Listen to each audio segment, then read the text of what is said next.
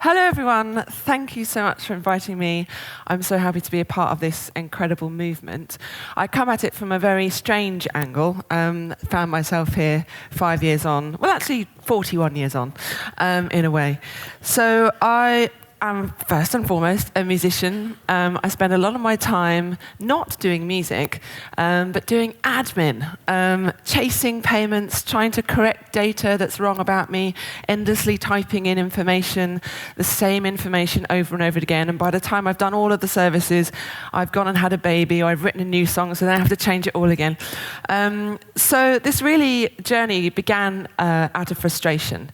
It began about 3 months into motherhood, and I'd written this song called Tiny Human, and I had a friend over, and I was lamenting in between the cries of my baby who had colic, to share how frustrated I was about having to release a new song and all the admin that comes with it, and not having any time, and wishing there was a simpler way, and wishing there was a kind of global data store of songs and a place to reach out to musicians, and it was all integrated. And why can't there just be one place where we put everything? Why doesn't that exist? And she said, well, have you heard about blockchain? And I hadn't heard of blockchain. So she gave me a quick tour of blockchain. And I thought that that was the solution. I thought the solution is in this distributed ledger that we could input data around songs, and it would connect everything together, and there'd be instant payments. And I talked about this to the music industry at length, and they didn't think I was onto anything. They thought blockchain was a fad as well.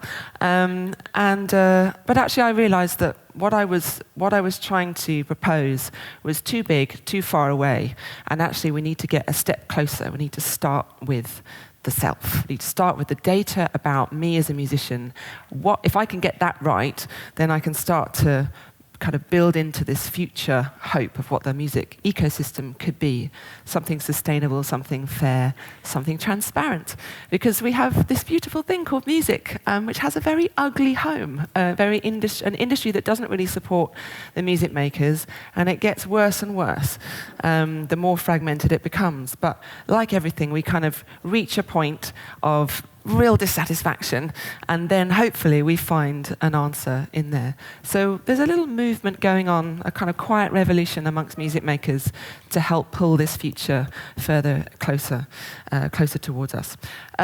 So essentially, this is where I kind of began. I have a song called Tiny Human.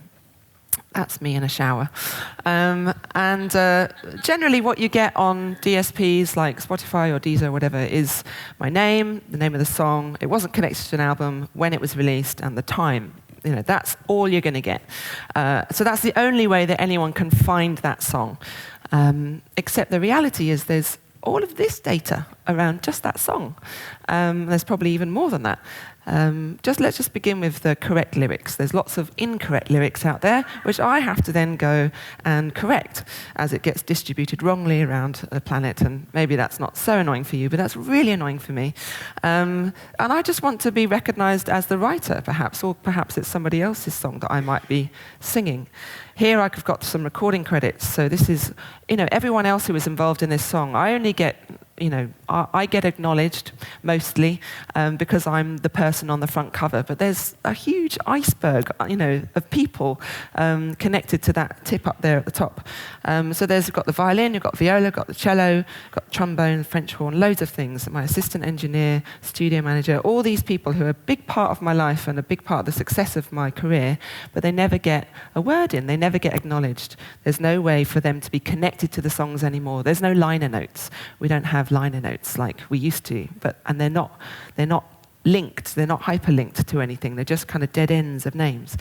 Anyway, loads of other equipment, stuff that I used. Again, more data points to find and discover songs outside of just the name of the song and maybe the genre that it's been kind of put into. Tags like motherhood, colic, sleepless nights, anxiety. If you were rocking your newborn baby and you were just desperately in need of sleep, and you might say to Alexa, or you might not at this conference, you might say to Alexa, find me a song about colic. And up would come a song from a mother who was at wit's end, talking about her frustrations as a mother, but also, of course, saying how much I love her. So a new way to discover music. The inspiration behind it, some additional media, video credits, artwork credits, all the people that I can thank about this song. So there's a huge story to this song, and to every song. And to every song, there's many, many people behind it. But they don't get linked, they don't get connected, they don't become acknowledged. They can't grow their career. So I did an experiment. Instead of putting out the music in the usual way, I thought I'm going to spend my money, because essentially to actually make any music heard in the world, you have to spend a lot of time and money shouting above the noise, because you're competing with 2 songs being uploaded every second of every day. So that's a lot of music. And unless you've got like $1 million in your pocket to create a #1 hit record, because that's what it costs, you're in a difficult place. It's hard to be discovered. You have to spend a lot of time just doing the marketing and just figuring out clever ways to be discovered, when actually the song should be empowered to do that itself. A lot of the work around this, around the issues that I have and why I have a large team of people, is because you get constant requests about, can I use this in this remix? Or people don't ask you, because there's no data around whether you can or not. What fans can do with it? Can they put it in their wedding video? Can somebody cover it? Can they perform it? All these questions. There's nowhere to find information about the songs to further use and kind of collaborate with that work or create derivative works. So we did this experiment where we put all of that information up on my website for free, and the song, and people had a go and played around with it. And we actually created the first song in the world to distribute payments through a smart contract. So one of the teams at the Hack Weekend was a company called Ujo, and this was their first release. And essentially, we put the splits to the musicians, how much to pay, and the money went into their digital wallets. We raised £200. But back then, £200 was 200 ether, which then turned into a lot more money. So it's actually quite interesting. But there we go. So that money went into the development of this project, along with some other money, which we'll talk about later. So essentially, this is what we did, and it created a lot of news. I got thousands of emails and LinkedIn messages and WhatsApps and everything, not WhatsApp, like Twitters and all this stuff. And it changed my life. Suddenly people were like, wow, this is amazing. Never thought about how life would be so much simpler, and services were getting in touch, and the record industry were kind of like this. Because they thought I was trying to take away their jobs, which I'm not. I just want to augment what's already there. I want to create a better flow, more transparency, better acknowledgement, to kind of raise everyone up so that we can see who's there, and we can stop this kind of 50% of all royalties disappearing, paying the wrong people or paying the organizations if they can't find the people. There's money in the friction, essentially, at the moment, but if people are delivering good data and a good service, there's no need to be worried about the future. So this is the current state of the music industry in the UK. This is the flow, a long flow. You've got kind of 30% being taken by the streaming company, and then it splits between song and records. Anyway, it's quite, every single country has a different set of vertical flows. And the reason I got excited about blockchain and smart contracts is because it could be like instantaneous, horizontal, everyone gets paid at the same time, very exciting. Anyway, the future, unfortunately, is not here for that. So I did endless conferences and workshops trying to bring together the music industry towards this kind of future of a connected music industry where everything was paid quickly and easily.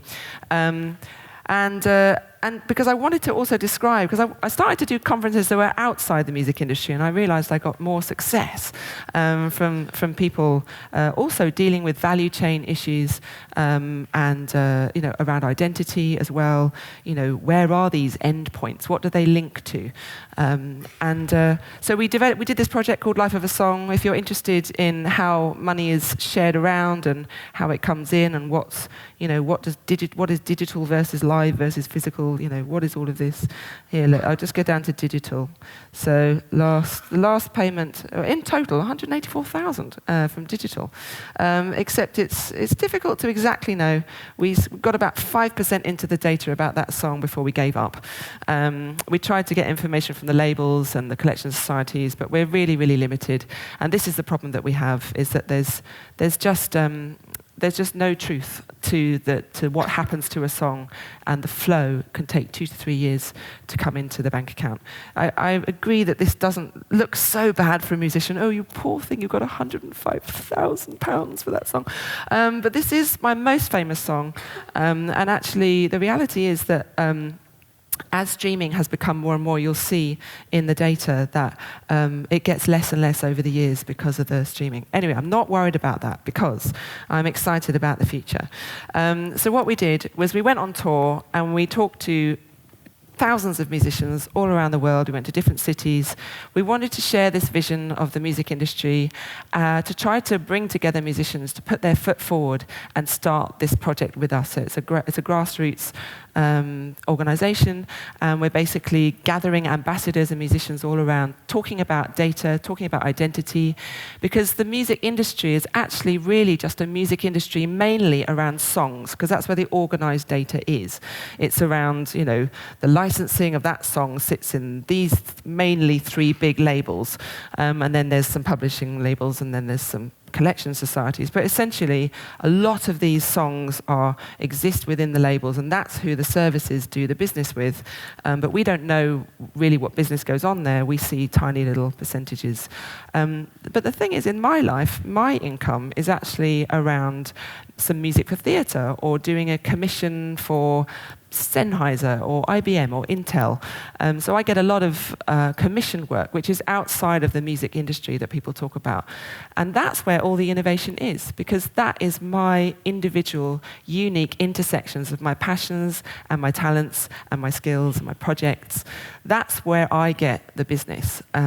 So this is what digital identity can do for us. It's like the future of work. It's saying, here are my skills, here are my passions, here are my inspirations, here are my collaborators, here's my history of work. Come and find me. Come and find me through curating this data. Maybe there's services that live on top of this data to work on your behalf, so that you can find and collaborate with people to create meaningful collaborations, and to create work outside of these small streaming incomes. This is my most recent song, and while I was touring, this was kind of going up and up in the Spotify streams and the iMusic it's called now, Apple Music. So this is a song called The Happy Song, and it's another example of income actually coming from an external, outside the music industry body. Some scientists and a company called C&G Baby Club wanted to make a piece of music that was going to make babies happier. And so they knew that I was a mother, because I'd done some press about being a mum in the music industry.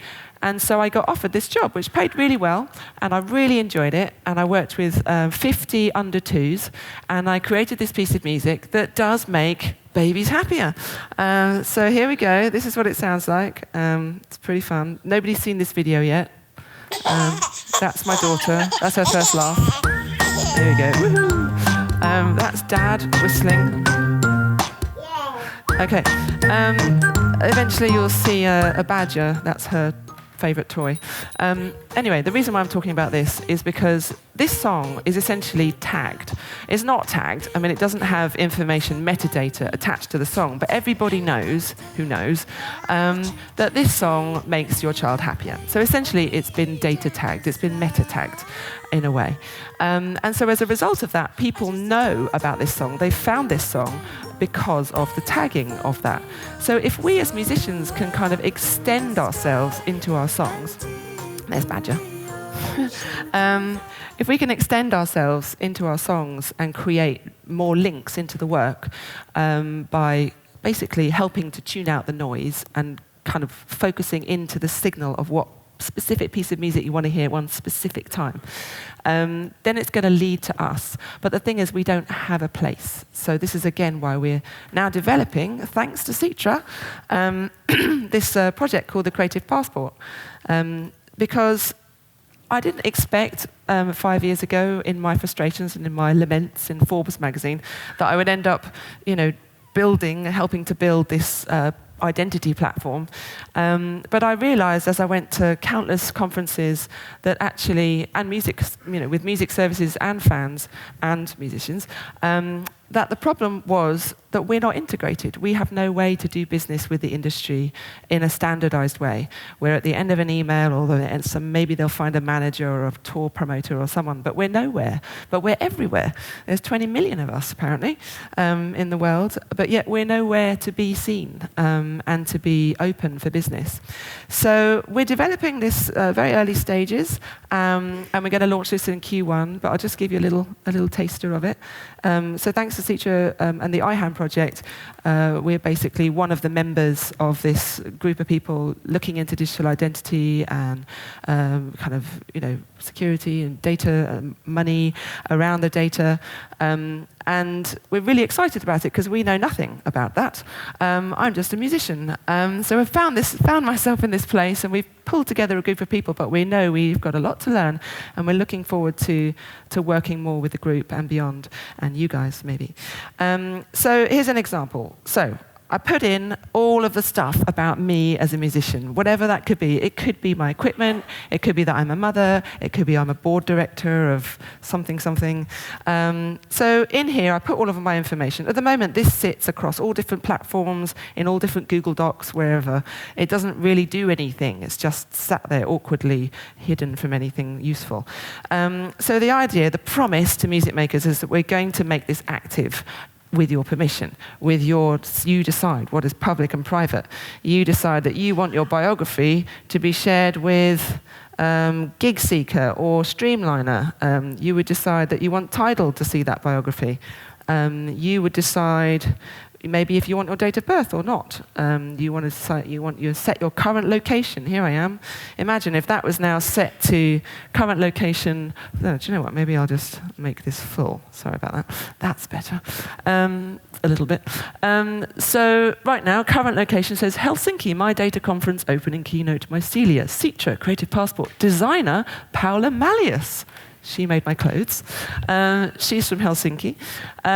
So a way to kind of be a beacon of my immediate data, so that if there's friends of mine in Helsinki or fans, or maybe I could meet up with people because I'm here, instead of doing it on Facebook or this or that.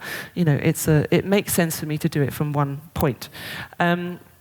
So this is what I'm saying. So here we go, where I live, all this kind of data. Now you think, well, why is it important that I put where I live?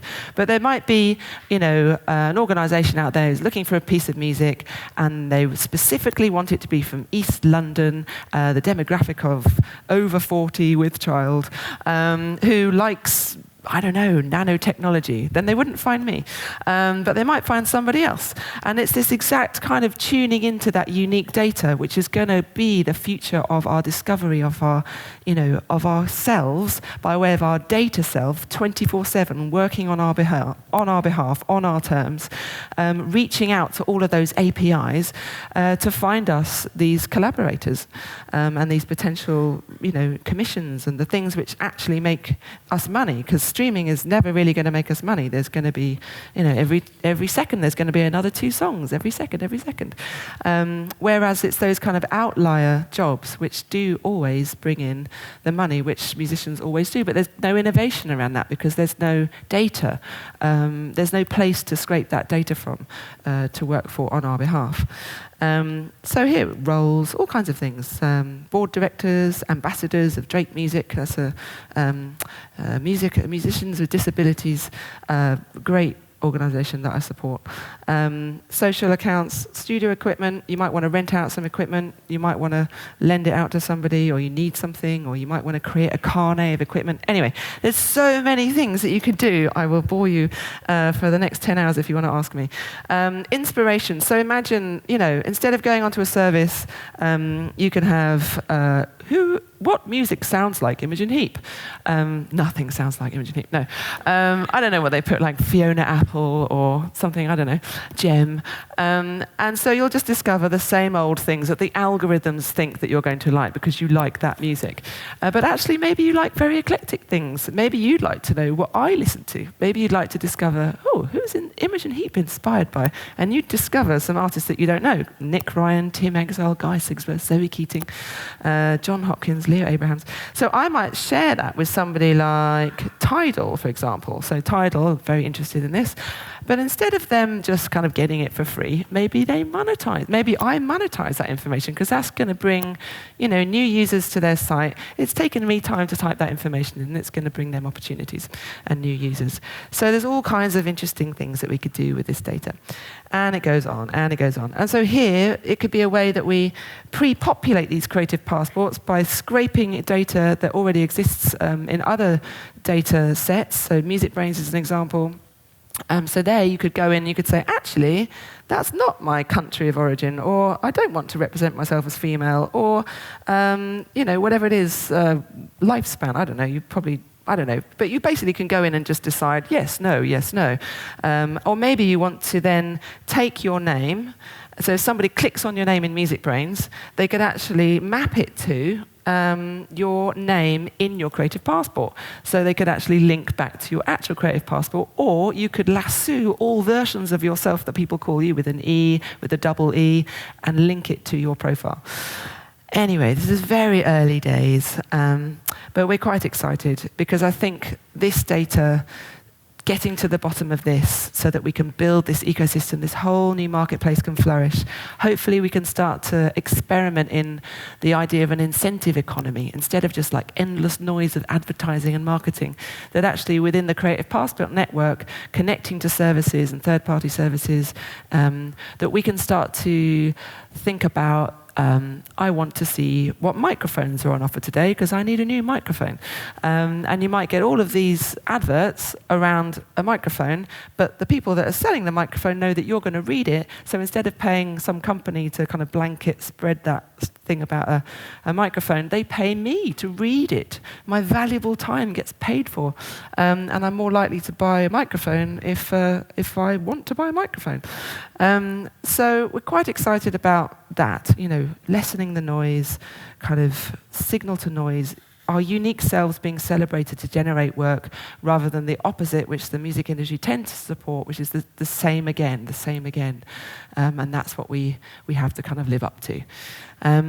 But the music industry needs it. We've got lots of support, and thanks to your support, Citra, we are now hiring people, and we're going to be ready for the first quarter to see and explore. And the musicians themselves are going to kind of create, I think they're called desire paths, where we're going to suggest data that they can add, but they might also decide they want to add data that we've never even thought about, like, I don't know, what kind of bicycles they cycle. I don't know what it might be, or what's their favorite route to the coffee shop. Who knows what people might be interested in. But they can start to add this data, and there's going to be a few microservices, one around a map where people can look and see the kind of growing, hopeful community of peer-to-peer verified music makers, because the idea is that we verify ourselves in with our phone. We get a QR code, we shine it to the camera of the other camera, and we verify ourselves in, creating this peer-to-peer,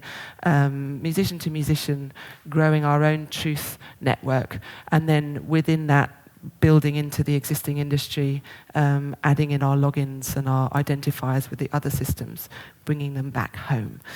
So there we go. Watch this space, and I very much enjoy, some conversations. We've got the rest of our team here, if you would like to ask more technical questions. But I believe there is a Q&A, so you can ask me for 10 minutes. But thank you so much. I look forward to exploring the digital identity with you. Okay. Sit here. Sit down. Yeah. So, before we start with your questions, and you can add questions on screen.io, we have a poll for you. We put together some of the more interesting proposals for other industries that are waiting for Imogen to go and be a real big tech disruptor. Okay. One industry is not enough. So we have 7 different choices here. You only get to pick one. And I have a feeling that, well, no, brewing and distilling is no longer in the lead. Yes, so if you missed it before, you can go to screen.io/MyData, and you can vote here on what other industry is calling for some kind of decentralized identifier in the same vein as the Creative Passport.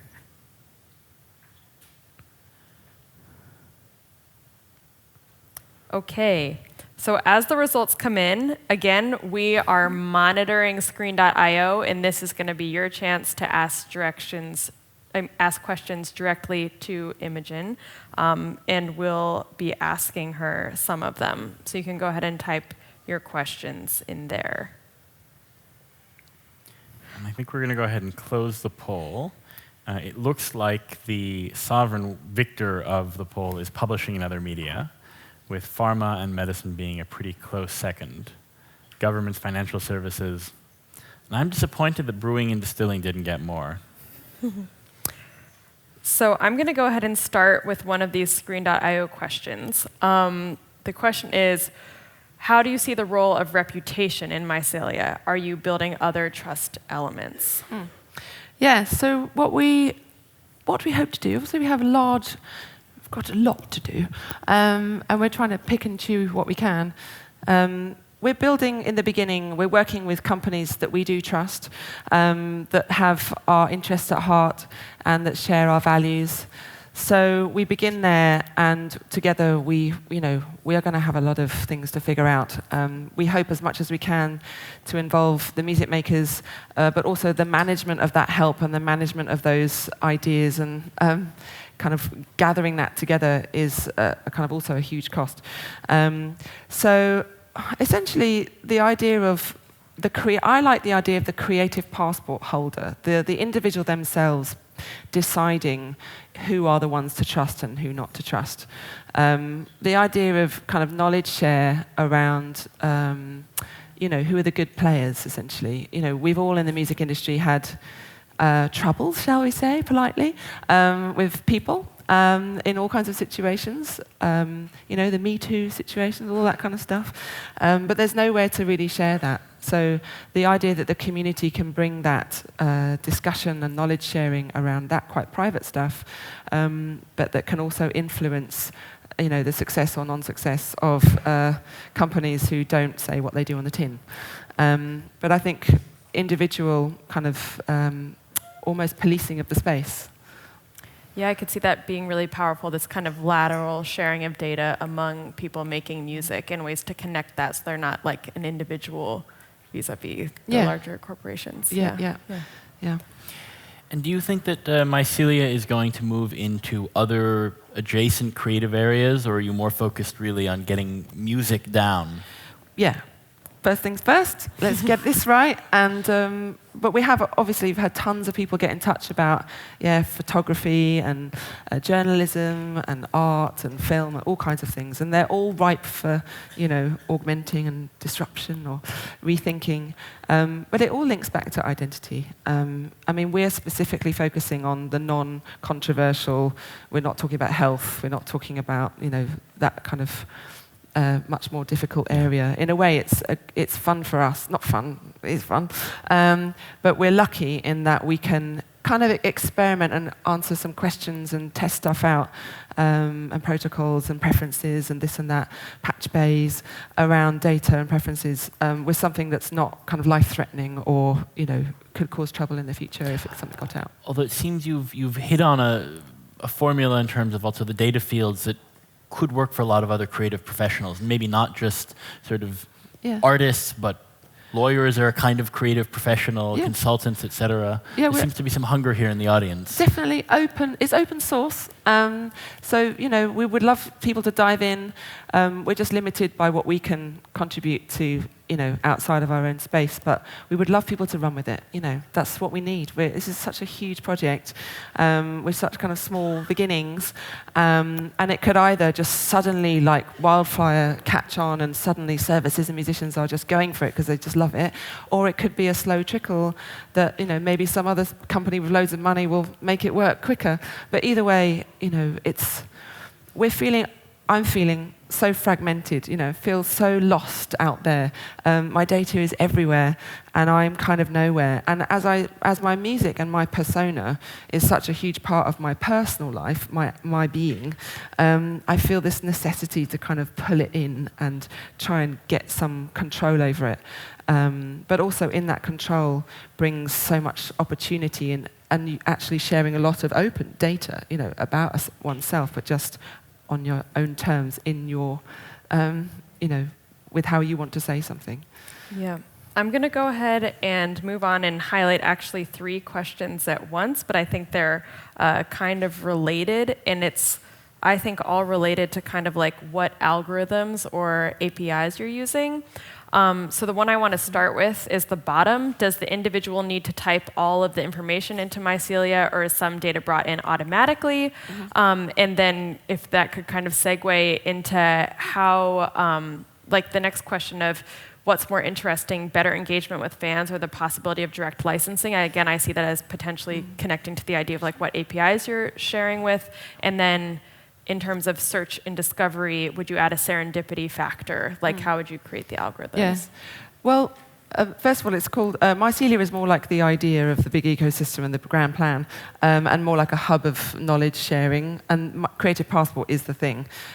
So if we talk about the Creative Passport, the idea in the beginning is to open the opportunity for anyone to create have a Creative Passport. It becomes useful and interactive by way of it being peer-to-peer verified, and then further by way of being verified by the industry players. So in the beginning, anyone can add to what they like to the Creative Passport, but also obviously for people like myself and other legacy artists as well, there's tons of stuff out there, and you don't want to have to type in 250 words data about songs.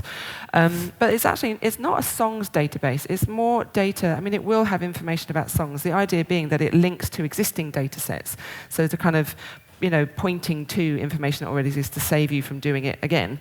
It's just like, here's the knowledge store, and then there's stuff in there that doesn't exist anywhere else, like skills or inspirations. So and actually, the Creative Passport itself, it's not a discovery tool. It's not a service. It's a kind of core data store. And actually, all of the innovation has to come from the services that live on top of that, to see what they're going to do with it. And that's where it's really exciting, because somebody figured out there's 43 million third-party music businesses, and that's a lot of people that might want to interact with us, and currently they can't interact with us. So that's just tons of opportunity there, just waiting. And there's tons of opportunity in kind of matchmaking those music business or businesses that want to use music with the musicians themselves, whether that's a TV show, or whether that's somebody wanting to hire you for their next wedding, or whatever it might be, or give a clarinet lesson to their daughter down the road, whatever it might be. There's all of these services that sit in between, and that's exciting, because you can kind of tailor make the services to help your own unique set of passions and your ecosystem as a musician. Everybody has different success stories. There's no like, you should do this and do this and do this. It's all quite happenstance and happy accidents, and it's about inviting those happy accidents more into the digital space, as everything is online. That's where the opportunities are. So Mycelia sounds fantastic from the perspective of artists, but we have a couple of questions here about how Mycelia and the Creative Passport is good for Mycelia, which is to say, how do you actually make money? Who pays whom? What's the business model? Yeah, so we're still exploring. So what we feel at the moment is people will kind of have a Creative Passport. You can have a Creative Passport for free, or you could have a Creative Passport for £10 or €10. We're just it's very early days. And with that, you will have a pre-populated Creative Passport. So we'll take time to work with the services to scrape data about you, to pre-populate it to save you time. So if somebody was going to put in 250 songs and my biography and all of this and that, my history of set lists, whatever they want to put in, I would quite happily pay somebody £10 to do that. And then that £10 gets distributed to those people who contribute the data. And right now, that could be somebody like MusicBrainz, or it could be a company called Streamliner, who kind of takes information from image and turns the text into data. So for the liner notes, for example, it's like visualizes liner notes with 3D in 3D. So it's going to extract the data and could pre-populate a data store, which then the Creative Passport owner could go in and verify and therefore mirror that into their Creative Passport. So essentially rewarding those with good data. If the data is bad, they don't get paid. And then the Creative Passport would take, a kind of small service fee for making that available. But ultimately, you could just say, well, okay, I don't want to pay £10. I don't want to give any money to Creative Passport, so I'm just going to make my own. God damn it. And that's fine. You can. We just want to kind of, give the option there and be able to pay us in the process. So that would be a way to kickstart us off.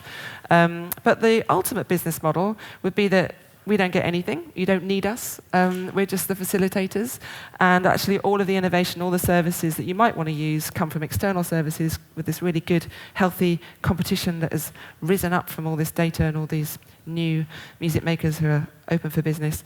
And then the model would come around potentially the musician gets paid for the data that's useful for the services that wants to use it. So if Tidal wants to use inspiration data, then what is the cost of that data? We don't know. That's why we're here. Because we want to see what other people, what is the data economy around those kind of tiny little bits of data. And obviously we talk to musicians and we talk to services about that. But when we did all the workshops, the musicians were kind of stumped when we talked about money. Because even just the concept of a musician earning money, we kind of feel like dirty. We're like, oh, no, we couldn't possibly ask for money. We make music because we love it. We do, but it is our job. But it was very hard for us to think about earning money from our data. But it takes like a couple of hours to go, but why not? Everybody else is earning money off your data. So why don't you earn money?